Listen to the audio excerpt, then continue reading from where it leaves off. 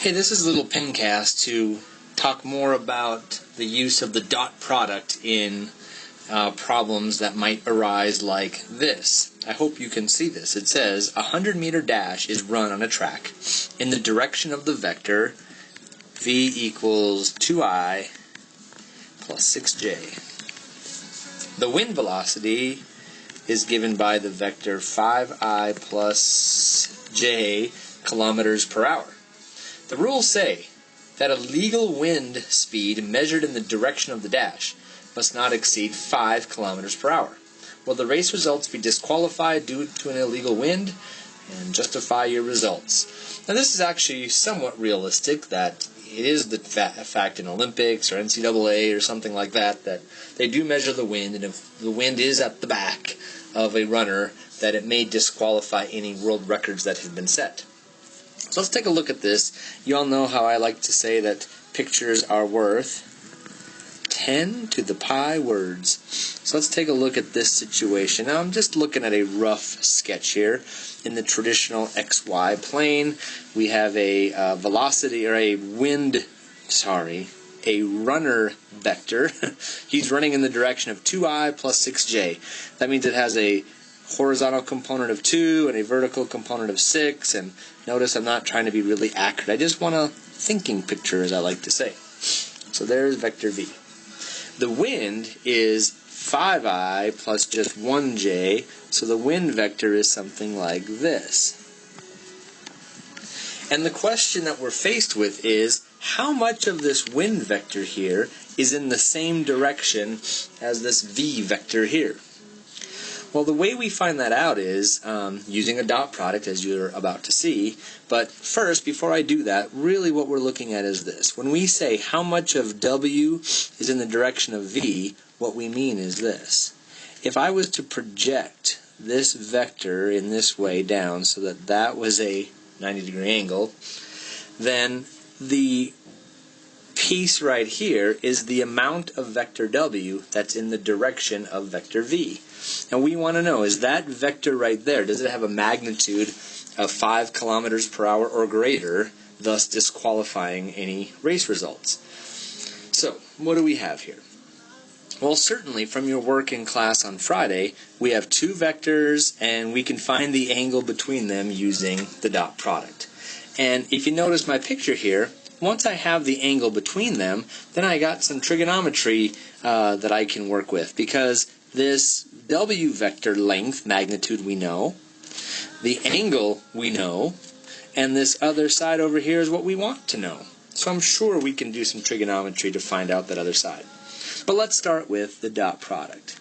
The dot product between V and W is found using our shortcut by just taking 2 times 5 and adding 6 times 1. I hope you can see where all that's coming from. The 2 from the horizontal component of V, the 5 is the horizontal component of W.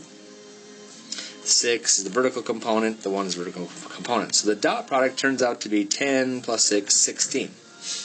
Now, a positive 16 should make sense to us now. A positive dot product should tell us that that angle in between the two vectors is at least acute, and it is.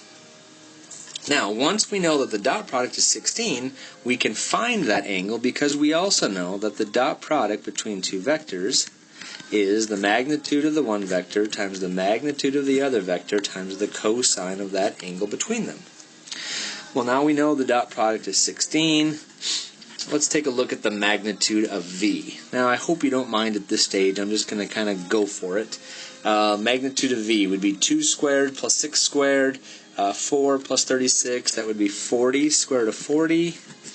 And the magnitude of W, 5 squared plus 1 squared, 25 plus 1, 26, cosine of theta.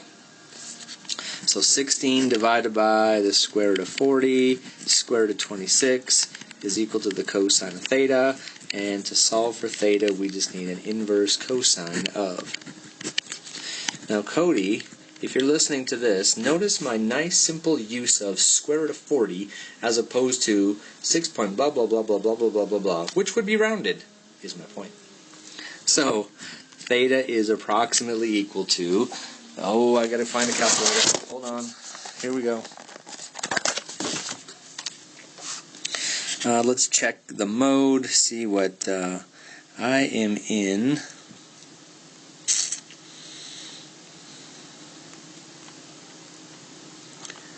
Hang on, do you want me to sing a song while I figure this out? I have to see what mode I'm in. See, the deal is, I have this Casio calculator that it was given to me, and I'm trying to figure it out. Oh, forget it. I don't know how to put it in radio mode. I'm going to get my TI out and see if I can do it there.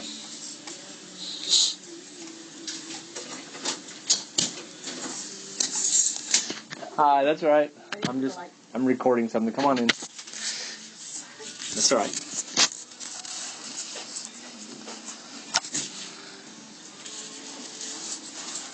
You're welcome.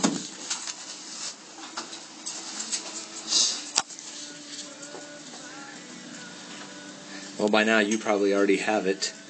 If you could just tell me what it is. Oh, here comes my calculator finally. All right. I have that the inverse cosine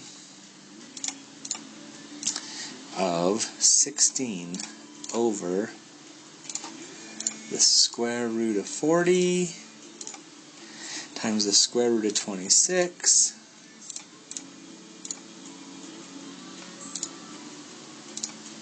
is, there it is. I finally got it. 60.255 degrees, we'll call it. So now I have all that. I'm going to grab that, kind of extract that triangle. I think I'll draw it kind of like this. I have that, I have that, and I have that. So the right angle is there. The little piece that I'm interested in finding, we'll call it that piece. The hypotenuse is the magnitude of W, which turned out to be the square root of 26. And actually, that's not what I want to do. If I put the angle here at 60.255 degrees, then it's actually this side that I'm looking for, and the opposite side is that dotted line that I projected down to it, and I don't even care what that is because I just want to know this side. So, looks like we have a cosine relationship there. The cosine of 60.255 is equal to that missing adjacent side divided by the hypotenuse. And so my missing adjacent side is the square root of 26 cosine of 60.255. And let me crank that out. You do too. See who wins. Square root of 26 cosine 60.255. I get 2.53, we'll call it. Now that length of that missing side over there, 2.53, would be measured in kilometers per hour. And so we are under the required 5 km per hour, so any records, any race results for this race will stand. So take a look, see how the dot product was used, see how we reasoned through this, see how the trigonometry plays its roles, and again, focus on how we did this little projection piece here. Hope that helps. Check your email. You got something coming.